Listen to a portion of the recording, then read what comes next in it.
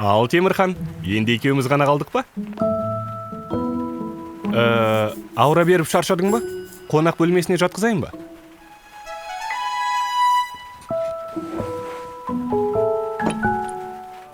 Енді бүгін кешкі ассызақ мамаңның шаруалары шаш етектен. Сондықтан өзім пісіре салайын дедім. Түсінесің бе? Жоқ, бүгін тамақ пісіретін маманың кезегі. Оған қоса ол тамақ істегенді ұнатады ғой. Біз ойнай берсек болар еді. Енді білесің бе, өткен аптада атаң мен әжеңе азық-түлік апарып беруім керек еді. Ал мен жұмыстан босай алмай қалдым. Сол кезде мамаң менің орныма барып, оған қоса әжеңнің сүйікті тортын да ала барыпты. Мамаларыңа қатты риза болдым. Себебі мен баршы деп өтінген де жоқпын. Өзі ұсынды.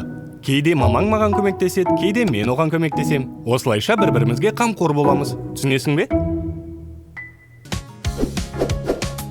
Жазылып, қоңырауды басыңыздар. Көріскенше!